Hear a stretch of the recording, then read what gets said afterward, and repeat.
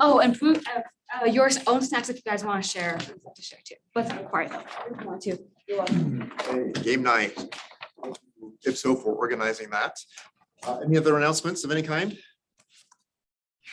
And we will turn our seminar over to Dr. Rebecca Sansom, a colleague of ours from our sister program, EIME, graduate from a couple years ago, and a professor, associate professor in the Department of Chemistry. So join me in welcoming Dr. Sansom to our seminar. Okay, can everyone hear me okay? It's okay. Okay, I prefer to wear a mask, so I'm just gonna keep that on. Hopefully that's fine. I'm excited to be here. This is kind of a fun environment, I think. And I have kind of a weird career path. I mean, you might already understand from what Jason said, like I actually got a job as a professor before I had a PhD. And then I finished my PhD like while I was working full time. So I wanted to start out just telling you a little bit about me and like my background. So I studied chemistry at Boston University and Harvard. I got a bachelor's and master's there. And then I actually taught high school chemistry for 8 years. And I realized I didn't, there's like a thing here, we're gonna enable. I didn't actually put, but I have a second master's degree in education from SUU, in educational leadership that I got while I was teaching high school. I spent a year at the National Science Foundation as an Albert Einstein Distinguished Educator Fellow, which just meant that I was working on programs related to STEM education and particularly teacher preparation and undergraduate STEM education. And then I came here to BYU, so I've been here for 8 years. And while I was here, I started I was like, I'm gonna make a survey. And so somebody was like, you should talk to Dr. Sedweek. So I came and talked to Dr. Sedweek, and I had done everything crazy, stupid, wrong, right? You know what I'm talking about. Yeah, because I was just doing whatever. I didn't know anything because I had never really been exposed to education research. But it turned out I had questions that I wanted answers to, and I needed tools to do that. And so that's why I really decided to enroll in the EIME program and earn my PhD. So I finished my PhD in 2019, end of 2019, just right before the pandemic. I was like, 2020 is gonna be a great year. I'm gonna relax. That didn't work out so well for me, but anyway. And I teach in the chemistry department. I teach general chemistry. I teach a course for pre-service teachers. And I also teach the general chemistry labs. So I wanted to just share some of this information with you. So if you have any questions about any of that or like how my career path went or whatever, at the end, we can talk about that as well. So today I'm going to tell you about improving STEM teaching and learning. And I know, is anyone in here like a science, math, engineering kind of person? But like, I know sometimes people, maybe, I know sometimes people who are from other fields are like, why do we care so much about STEM? We should care about humanities. And like, I don't disagree, but we also need to care about STEM, and that's just what I care about. So in 2012, the President's Council of Advisors on Science and Technology figured out that based on the demands of like workforce demands, that we need about 1 million more graduates. And that was supposed to be before 2022. I'm pretty sure we failed. But we get to try again because that's how goals work. So we still are in need of lots more graduates in STEM fields in order to fill those positions that exist in the workforce. And especially as technology becomes more and more prevalent, there are increasing numbers of roles that require STEM knowledge. The challenge is that about half of bachelor's degree students who start a STEM major actually switch to something else. So those are people who like science and math and are interested in it and want to do it, and they end up deciding to go to a different program. And there's a great study, it's called Talking About Leaving, which is about STEM attrition at the undergraduate level specifically. And that was done actually about 20 years ago, like 1997, I think, and they redid it in 2019. They have Talking About Leaving revisited, so they have updated numbers. But basically, students who are changing majors from STEM to non-STEM subjects, 96% of them say that poor teaching is like the problem in STEM. Okay, so us chemists don't have a great reputation for being awesome teachers. And it's worse in some other fields, right? Like physics, computer science tend to be worse maybe than biology or something like that in terms of like the teaching. So if we look at a national sample of what's going on. And additionally, so that's all kind of talking about like undergraduate things, but also one major factor in why students aren't successful in STEM as an undergraduate is that as in their high schools, they weren't successful in STEM, or they didn't have access to great education opportunities related to STEM as high school students. So those are all reasons why I care about improving STEM teaching and learning. And specifically for me as a chemist here at BYU, we have a department of 40 people and we have 5 women in our department. So I care about getting more women to just stick it out through that chemistry major and go on and get PhDs and come here to BYU and like make us a more diverse department that way. So I'm particularly interested in like women and underrepresented minorities, people from low income backgrounds. I was a first generation college student myself. So that's all stuff that I care about. So tied in with all of this is a lot of like equity type things. Okay, so I decided today, I haven't given a talk anywhere in a couple of years. And so I decided I'm gonna just tell you about like 3 things. One of them is done. We just published this in 2021, and it was about the use of OER, or Open Educational Resources, in general chemistry, and how that would impact student achievement in the class. So that one is done, and I sent that ahead of time, so some of you might have read that, if you read that ahead of time. The second one I'm going to tell you about is like an ongoing project that it's mostly like a kind of action research thing that I'm interested in, but I do have an undergraduate who's going to be working on that this spring and summer. And so it's actually a project where if you were interested in something like this, we could use some help from a graduate student. So that would be great if you were interested in that. And that's using a responsive adaptive online homework system to remediate poor preparation for general chemistry.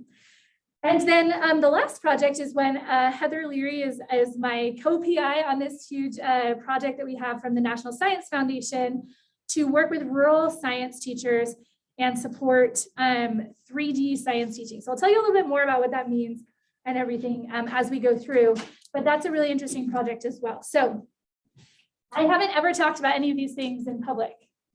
You're my first audience. So hopefully you learned something. I tried to keep it just kind of like pretty superficial on a lot of it, but I hope that you have questions for me. And so like, I'm going to kind of pause a few times in here to solicit questions about the 3 different projects. And of course, if you have any questions, just feel free to raise your hand. So first I want to talk about this OER situation. So who is familiar with OER? You've heard that before, you know what that is. Open Educational Resources. So those are just free materials, free educational materials. They're generally available online, but they don't have to be, they just have to be free. Why do we care? Well, the cost of textbooks can be really a big challenge for students in college. I'm sure you've experienced this, like when you go to the bookstore and you're like, why do I need that $278 book? It doesn't seem fair, right? And so that can actually, for some students, especially for low-income students, it might cause them to maybe not purchase the textbook or to have to choose between like food and the textbook, right? Difficult choices that they shouldn't have to make, and that decreases their access to education. So past studies have shown when an instructor chooses an OER text, and this is in a variety of fields, but also in chemistry, if the instructor chooses an OER text and like converts the whole class so that everything is using OER, there's like no change in student achievement from that versus using a traditional text. But that actually takes a lot of work. And there was some great research done by Bob Bodley and Olya, whose name I don't remember. Yes, thank you.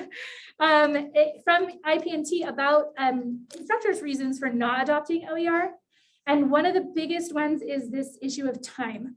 Because if you want to, you have to redo all of your course materials, right? And so instructors are just like not into that. They don't want to do it. So what I wanted to investigate was a soft adoption. In this case, the instructor just keeps doing what they normally do, with the exception that they provide like a correlation between the text that they're using and the OER text. So like if my assignment is to read chapter 10 in our textbook, and it might be to read chapter 11 in the OER textbook. And they just tell students, this is what you have to read this time, okay? And they keep doing what they're doing, but then students have the option to choose the OER text, okay? So very little effort by the instructor. And this might allow students who otherwise wouldn't have purchased a text to have access to a textbook and be able to engage with the course. So it could get textbooks into the hands of those who need them most. So what did we do? We were looking at our first semester general chemistry course. It's Chem 105 here at BYU. And students were offered the option. So like a few weeks before the semester, I just emailed them and said, hey, we have 2 textbooks for this class. You can choose whichever one you want. I think they're of equal quality. There's a commercial text that's available in the bookstore, and then there's an OER text that's available online. I put together this correlation. And then students did a survey in the middle of the semester, and they described a lot of things. They provided a lot of covariate information, like how many credits they were taking, how much work they were doing outside of class, like for a job, how old they were, et cetera, a bunch of stuff. And they also were asked about how they were using their textbooks. We also got some covariates from the university registrar. And we analyzed this with the structural equation model. It was very elegant and beautiful, but like the reviewers didn't understand. So we went to an ANOVA instead, which was sad. But you guys are fine because you like ANOVAs, right? Yeah. Okay.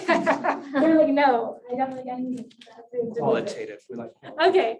Well, anyway, I went to this simpler model, but if anyone's interested in talking about the structural equation model, the results are substantially the same. It just like allows for some more nuance. So this is what we did. We compared 4 groups here. And I should make these pop up one by one, but we compared 4 groups. The first group is those who said they only owned the commercial text and they were only using the commercial text. The second is those who only owned the OER text and were only using that one. The third is people who used both. And then the fourth is people who said, I don't have a textbook. I use neither. And so these are their grades in Chem 105. And you can probably tell these are 95% confidence intervals. They're not statistically different from each other, just doing the ANOVA. But we wanted to be really precise and make sure that we were controlling for any factors that might have otherwise influeed their performance in Chem 105. So we did a linear regression, a stepwise linear regression, which is the, is Dr. Larson on here? Okay, because if he were, then he would be proud that I'm saying this. It's one of the only times that you're allowed to use a stepwise linear regression is when you don't care about explanation, just what's predicting the product. And so we used a stepwise linear regression, and we found that there were some other things that predicted their grades in Chem 105, like their GPA, and let's see, there was the chemistry self-concept inventory measure that we had them do. And let's see, I have one other one, ACT math score. So together, that regression model actually explains 64% of the variance, like the R squared was 64 or 0.64, you know. And so that was really good for that model. But we also did an ANCOVA to just control for those things, to kind of take out the influence of whatever those other things. So you can see in the ANCOVA here, there's just like less error variance among them, but still the result is the same, that they're not statistically different from each other. So this is a thing that we anticipated. There were lots of studies that had done this with like a whole class adoption, right? But in this case, it was different because some students in the class were using one textbook and some students were using another textbook, and they got to choose which textbook they wanted to use. And so we wanted to just make sure that that would still be fair for students who chose to use the OER textbook, and we found that it was. And so I think that's a really great thing because it means that instructors can do this kind of soft adoption, which requires less work, but also might benefit those students who need it most. So that's our first piece. So what questions do we have now? Yes. When you're talking about your original question, you were referencing like the cost and the Yes. barriers that the cost brings for students.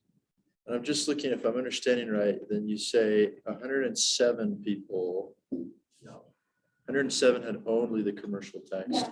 69 had only the OER. That's right. I'm just curious if you have any idea why that number came out the way that it did, why so many students were still choosing the commercial text, even though it's supposedly such a barrier. I think there's probably a variety of reasons. We do know, so we don't have qualitative data, like we didn't do interviews with them. We did do an interview and then we like lost the recording, so who knows what they said. But anyway, I know, sad, right? Don't do that, you guys. We do know that the people who chose the OER text tended to be men. That was statistically different between the groups, that men chose the OER text more than women. And the older they were, or the farther along, like if they were like juniors or seniors, they were more likely to choose the OER text than to choose the commercial text. So some of that is consistent with what other research has been done on OER, like students as they get farther along in their education, kind of get more savvy about like what textbooks they really need and what textbooks they don't need. You know what I'm talking about. So which textbooks am I going to read and which texts am I not going to read, you know? And so I think that plays a role in it. And there might, we don't really know why like men were somehow like more likely to choose that than women, but our men in chemistry do tend to be older, like returned missionaries and stuff, you know, so even as freshmen, maybe they had like different experiences. Interesting. Yeah. It could be funding too, right? Sorry? The way that they have funding, like some students, if they have it. Oh yeah, absolutely. Buy through the. If you have a scholarship that like lets you buy textbooks at the bookstore, right, then you can get the commercial text there, but you can't get the OER text there. So those people might be like, if they wanted it, they could be in the both group, right?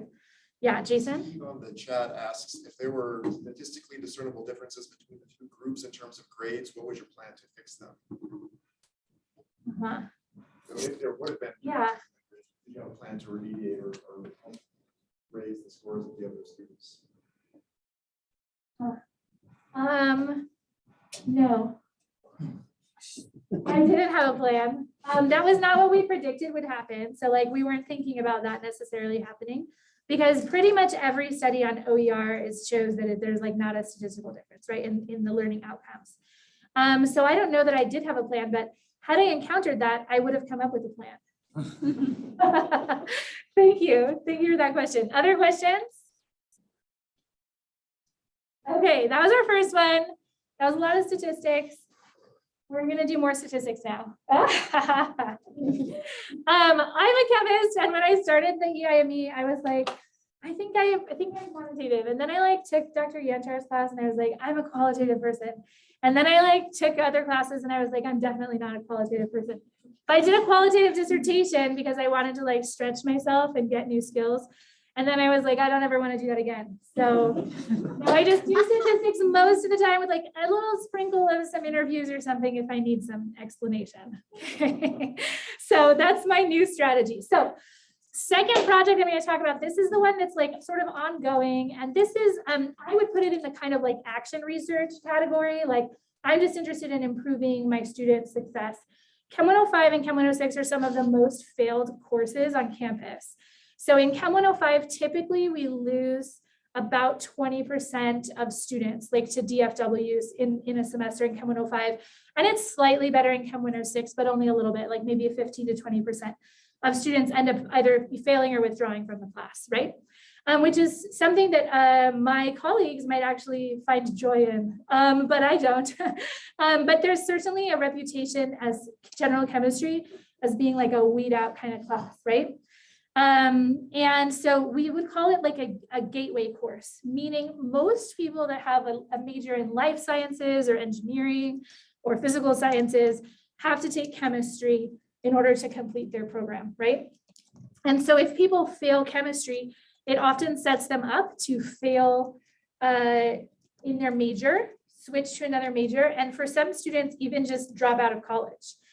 So it can be really like a terrible consequence for students if they happen to fail this course, you know, in their freshman year. So Chem 106 is the course where I've implemented Alex, and I'll tell you a little bit more about what that is. But it's the second semester of the general chemistry sequence. And for us at BYU, we have the unique challenge that like a lot of students actually take Chem 105 before a mission and then take Chem 106 after a mission. which if you've been on a mission, you know, like you don't remember anything you used to know. And so that can be a real challenge for students. And so students also who are like non-traditional also will struggle more with this if it's been a long time since they've taken any chemistry. Yep. So Alex is an adaptive responsive online homework system, and it's supposed to improve student outcomes. And they have crazy data. And I was like, I went to a talk and they showed me their data and I was like, it appears to work. I'm gonna try it. So what I did, so adaptive and responsive, do you guys know what those mean? Like what's responsive? If you do an online homework system and it's responsive, what does that mean?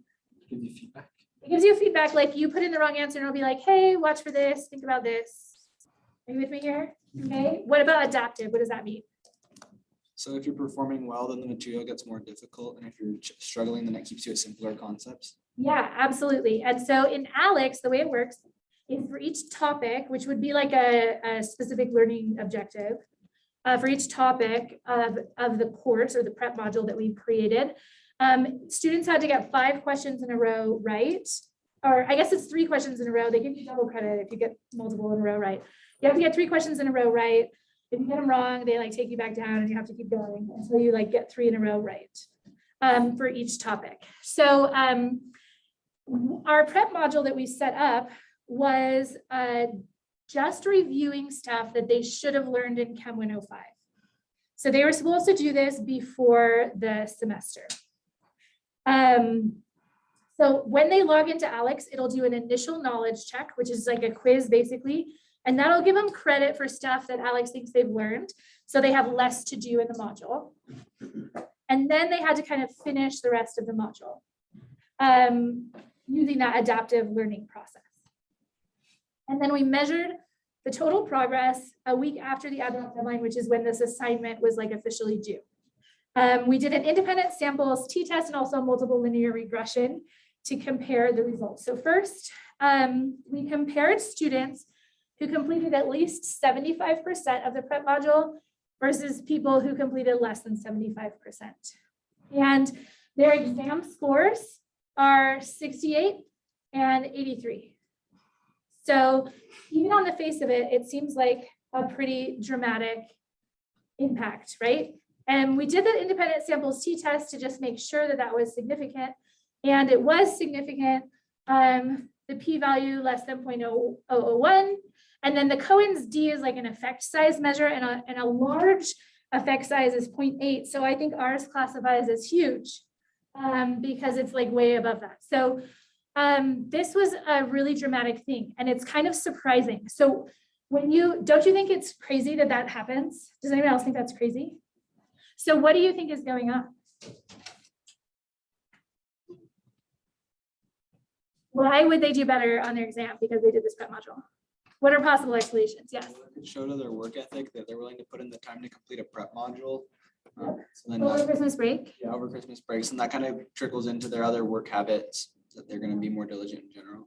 Absolutely. So obviously there's like the chemistry piece. We might just like refresh their memory about a bunch of stuff that they need to know and like have recent brain activity with, so that when they get to Chem 106, they know what's going on. But also there's combined with that some of that work ethic piece, right? Because this was a big assignment. Some students finished it, like they took the initial assessment and they already had 75%, so they didn't have to do any more. 75% was the cutoff that I gave them for like getting full credit. So, and other students started off with like 7% and had to work for like 40 hours to get to 75%. Okay, so I also did, the thing that I wanted to know was, is this about like, can doing the prep module help students do better in the class versus not doing the prep module, right? That's the thing that I want to know, because that's going to make the decision for our, what we want to do. So we also did a multiple linear regression here. And I used both the initial Alex score, that initial knowledge check, and also the final Alex score to predict their average exam score. And it turns out in that linear regression, only the final Alex score significantly predicts exam grades in Chem 106, which is interesting. The initial score, which varied for a lot of students, didn't matter. What mattered was the final score. And on average, if they completed 3 more topics in ALEX, their grade in the class would go up by 1%. Their exam grades would go up by 1%. So a pretty, again, still like a pretty significant thing. So the ALEX prep course had like more than 100 topics. It was like 122 topics total. And for every 3 of those, their grade goes up by like 1%. So if you do all of them, your grade's 50% higher than if you had done none, right? According to the linear regression. The R squared is like 0.31 or something like that. It's not amazing. So, you know, there's other things going on as well. Okay, questions about this? Yes. Did people unenroll because of this? Great question. Because if you're doing it, you're like, I don't know this, and so I know I shouldn't go on. Yeah, I would say no. No, they came to me and were like, I didn't do very well on ALEX. What should I do? And I was like, do ALEX. But no, I would say that the average freshman's ability to like encounter a situation where they know they're in over their head and like make a decision to choose a different thing is pretty low. Most freshmen struggle with that. We have people now even in the class who are failing, and there's no mathematical way that they could possibly get a passing grade, and they won't withdraw because they believe that they're going to do it, you know. So I think that's a metacognitive challenge, right, with freshmen. Just like there's a lot of things that go into that too, but it's a big challenge. And one of the reasons, so I'm glad that you asked that question, because actually what we're doing now is actually looking at this for Chem 105. So currently, if somebody, we can actually predict, and this is all just like stuff that I was curious about and I just went and did.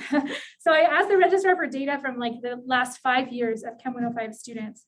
And we can predict with 82% accuracy who's gonna pass and who's gonna fail based solely on information we have on their application, their ACT scores, their high school GPA, their age, et cetera, right? Like we can predict who's gonna pass and who's gonna fail.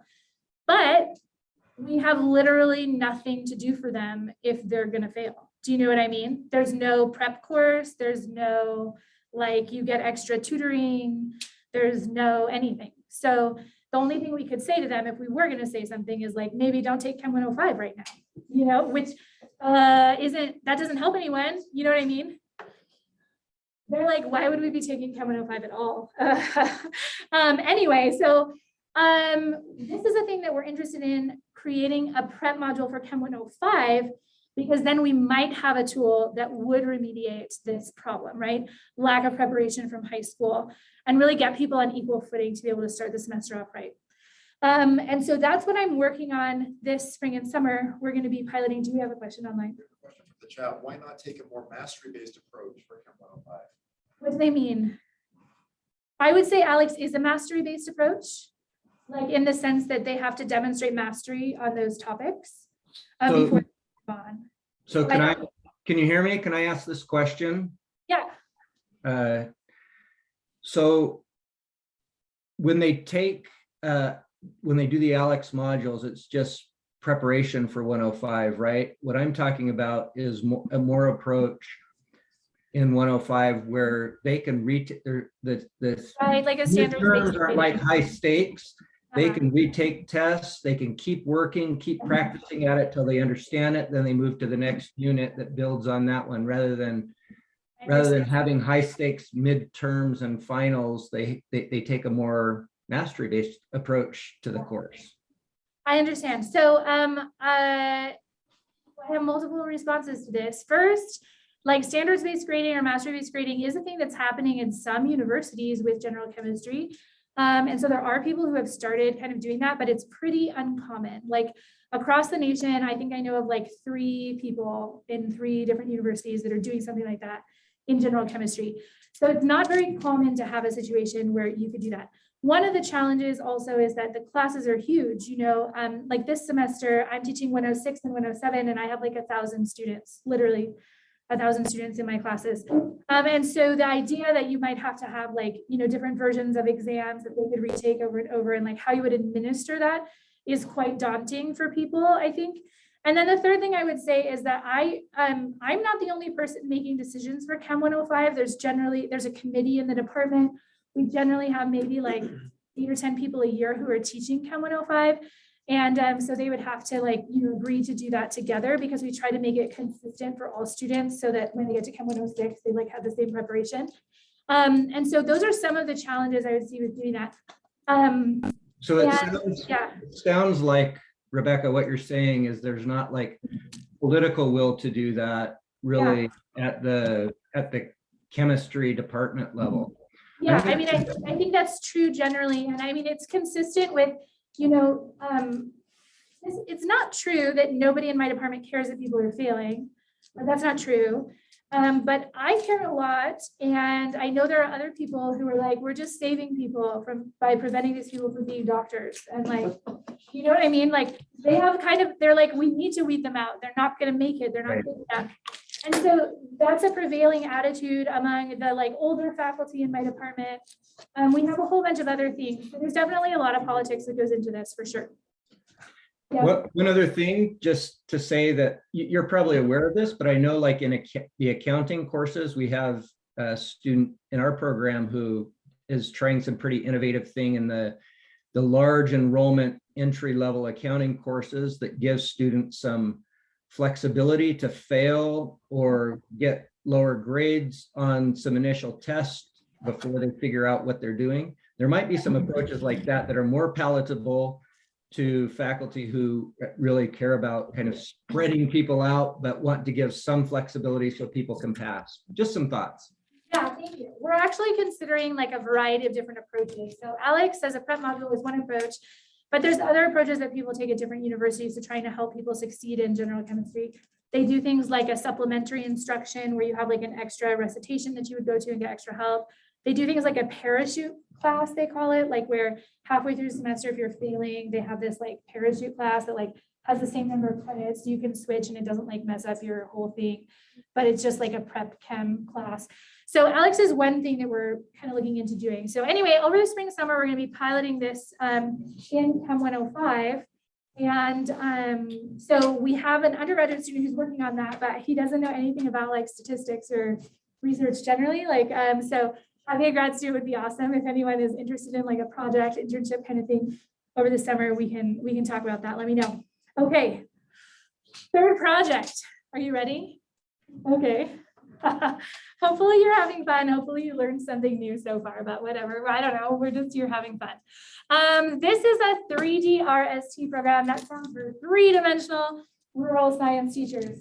And the reason it's three-dimensional is because we're doing this with new standards in Utah for science that involve blending what are called these 3 dimensions. One is the disciplinary core ideas, and that's typically what you think about when you think about learning science, knowing stuff about science, okay? Then the second dimension is called science and engineering practices. And those are the things that scientists do, designing experiments and analyzing data and other things like that. And so those are science and engineering practices. And then the third dimension is called cross-cutting concepts. And those are things like energy, where you might encounter it in biology and in chemistry and in physics and in engineering. You're going to see it sort of over and over again in different contexts. It's a cross-cutting concept. So the idea with three-dimensional science teaching is that we're blending these 3 together to give students a more authentic experience of what science actually is, instead of just learning a random collection of facts. So these standards are pretty different from what was previously happening in Utah, and teachers really need professional learning in order to be able to handle this. The schools along the Wasatch Front, and this is again kind of an issue of equity here, along the Wasatch Front, which if you're not, is everyone from Utah? Do you guys know what the Wasatch Front is? It's on this side of the mountains, this side of the mountains, the front of the mountains. It's Salt Lake, Utah County, Davis County, all the places where there's a lot of people. That's called the Wasatch Front. So on the Wasatch Front, all those school districts, all the big school districts, Salt Lake, Alpine, Jordan, whatever, they've had PD going on for years for this. But in rural districts, teachers often don't have access to any professional development opportunities. And they can even be the only science teacher at a 7 through 12 school that literally teaches 6 different science classes and doesn't have anyone to talk to. And so they tend to be more isolated as well. And rural students deserve access to high quality science instruction. And that's an issue, you know, again, thinking about like workforce needs in the future, we need all of these perspectives and all of these ideas because students who come from different backgrounds have different questions that they're passionate about, different things that they want to learn, and they contribute to science in ways that somebody else couldn't.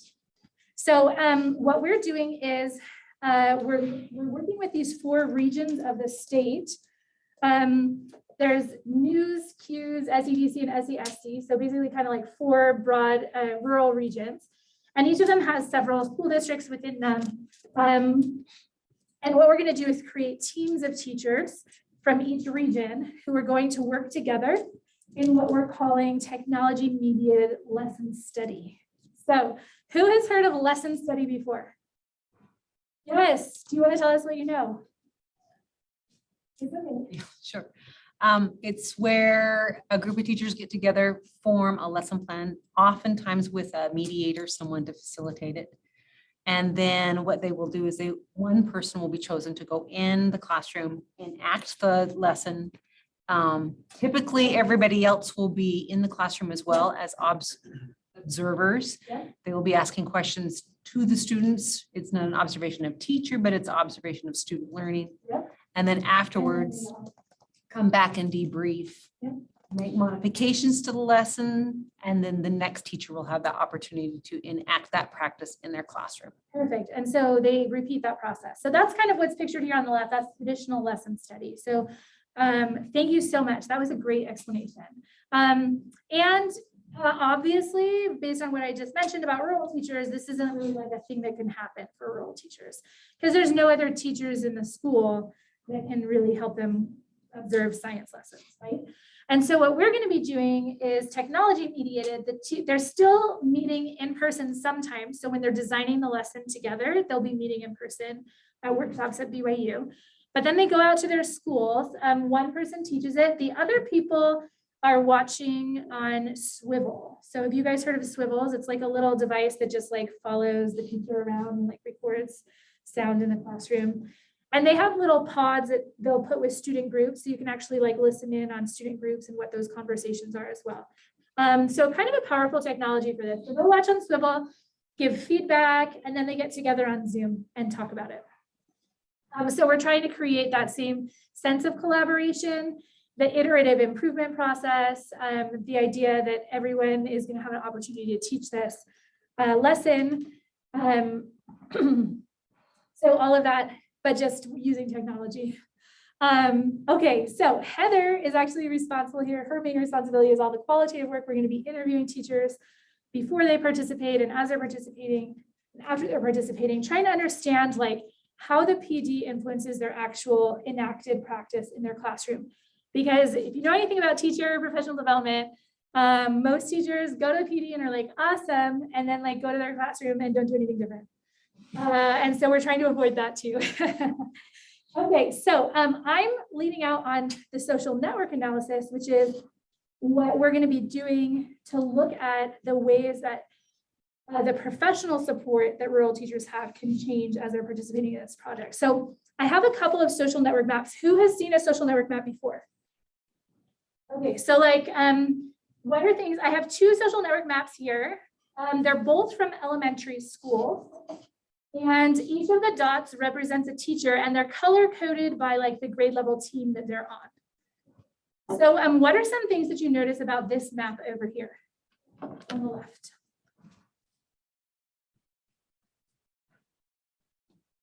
Yeah. That your blue dots have a lot of interaction within the team. Yeah, that seems to be like a functioning grade level. Yeah, good. So we call this density when you have more of the possible connections that could exist and you have a greater number of them that do exist, then that's a higher density network. And that's a sign of a healthier network when you have lots of people exchanging ideas and information can move through the network in a variety of ways. Good, what else do we notice? Or spoke, maybe. It's more spoked, like maybe there's a couple of people here that people seem to be going to. This was asking in response to like, who do you go to for help in writing assessments? So there's a couple people here that kind of seem to be there. But also like, there's some people on the outside that literally just like have one connection, right? So we call those peripheral, right? They're on the outside. What about these guys? That was a key. It's not. Those are called isolates. Those are people who don't talk to anyone. Do they also not have any assessment responsibilities? I don't know the answer to that question. I assume that all of these people had assessment responsibilities because they were all teachers. So these are people who just go it on their own. So like, you know, looking at the two, you can have people, these are considered like brokers of information, right? A lot of people are coming to them. They get a lot of ideas in, they get a lot of ideas out. But overall, which school would you want to work at? What do you think? Want to talk to anyone? He's like, I want to be one of these guys. Oh, I want to be. I mean, the school on the right has a better, an objectively better social network happening. So professional support for teachers. This just means that like they're not doing everything on their own. And that's good. We don't want them to do everything on their own. We want them to have professional colleagues that they can bounce ideas off of, that if something doesn't work, they can go talk to them and say, hey, this happened in class. I don't know why. What do you think, right? That's going to create a better working environment for those teachers, and it's going to create a better school environment for schools. And in fact, this school did perform better, like on the usual kind of assessments of student learning. Do we have a question? Well, no, I just had a comment too. Is the interconnectedness of the second example, it's not just amongst the grade level, Yeah, they've got, but like, it's crosstalk. intergrade level. Yeah. And so there's that vertical alignment that's occurring so that they know what is coming and what is leaving those rooms or those grade Absolutely. levels so that they can be prepared. Whereas in this other one, there is no interconnectedness Yeah. unless you go to those brokers. And like, who even knows? I don't even know what's happening here. I mean, but these people, they're like, we talked to this one person, but I never talked to that other person or that person or that person. You know, like that doesn't seem, this to me seems like a hostile work environment, right? There's only like some people you can talk to and the other people you don't want to talk to. Yeah, great. Was there another hand? I thought I saw a hand. Did you have a question? No? I've been asking her, so sorry. Oh yeah, what questions? Really fascinating stuff. Thank you. I was wondering, what we were talking about is the idea of like, are you tracking it pre and then creating interventions that supposedly you're hoping increase those? Yes, yeah, absolutely. So in fact, right now we've got data collection happening for our first social network analysis survey. That'll be kind of our baseline. So this is before, we're just getting started on this project. We got $3 million from the National Science Foundation to do it. And this is our first year. So we're going to have our first summer workshop in this summer. We've been working with a few teacher leaders this year to kind of pilot things and test out the technology mediated lesson study, and for them to help us design the workshop that we're going to do with teachers.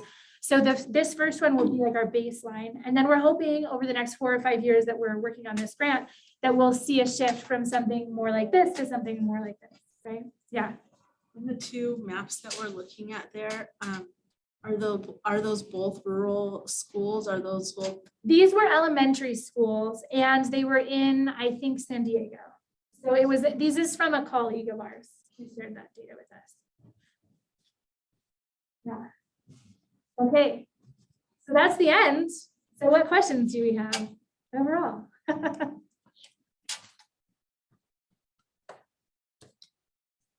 We have like 10 more minutes, I think. 5 more minutes? 5 minutes. Any questions you want?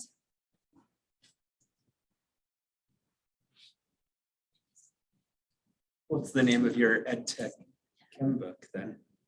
Oh, the one that we've been using is called OpenStax, Atoms First. Should do one with Royce. I don't want to write a book. Oh. Oh my God. I'm too busy to write a book. Yes. You may have said this, I'm sorry. But the pre-program or the pre-class for your chem, Yes. when are you hoping to get them in that? So it's like, so what I've been doing in 106, which is like second semester, is like sometime around finals week of fall, I like send them an email and say, hey, you need to do this before the semester starts. And then I just send them a bunch of reminder emails like over Christmas. It's really not great, but whatever it is, what it is. I want them to succeed. And this is the thing. So anecdotally, I have students that came to me and have thanked me. So like normally students hate adaptive homework systems, right? Because it makes them do work and they don't like doing work. And they especially don't like doing work on things that they don't know how to do. And it's frustrating. So anyway, but I've literally had students come to me and say, thank you. Thank you for doing this. I was really worried coming from Chem 105 2 years ago that I wasn't going to remember anything and I wasn't going to be successful. And now I feel confident going into the class. I had a student who, she was one of the people who took like 50 hours to finish it. And she got an A in my class. She had gotten a C in Chem 105. She got an A in Chem 106 because she was like, there was so much stuff that I just didn't really understand from Chem 105. And it took me a long time to go through it, but it was 100% worth it because now I was really successful in Chem 106. So like anecdotally, there's a lot of evidence that it's working. And, you know, just looking at exam scores, there's a big difference in people who do it and people who don't. One of the things that I want to do, and this is what we're hoping to do this summer, is look at people who like, because we have the initial assessment and then the final assessment. So there's people who start low or high, right? Like they know less or know more before, you know, at the beginning. And then people who finish low or high. And so I want to kind of compare people, like if somebody starts low and then finishes high, are they able to succeed at the same level as somebody who started high and finished high in the class? And I just looked at a little bit of data on this. I don't have like a lot of information to be able to analyze it yet, but it looks like right now they're not distinguishable. They're not significantly different than any of the groups. Like, so that's not great, but their average scores end up being in between the like low people and the high people. So there's some difference in doing ALEX that helps them succeed at a higher level. Yes. So why don't they do the ALEX while they're taking 105 at the same time? Because 105 is a crazy amount of work and they couldn't do it. I mean, 105 already has assignments, problem sets due like every day, Monday through Friday in 105. So there isn't space for them to do that during the semester. Well, that's one option, we could do that. In 106, I've moved to using ALEX now as the prep module and also the homework system for the class. But I made fixed homework assignments so they don't. And then I just have like a parallel adaptive thing. So if they need help with something, they can go into the adaptive and get help with it. And if they don't, they just do the homework assignment. Yeah, I don't want them to kill me. Hey. I think we're at time. So thank you.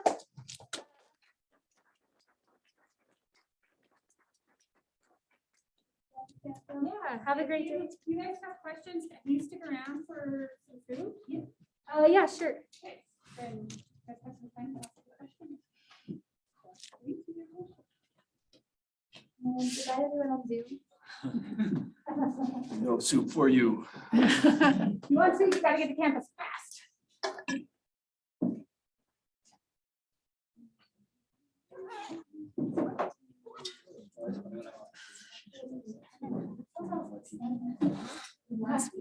Oh.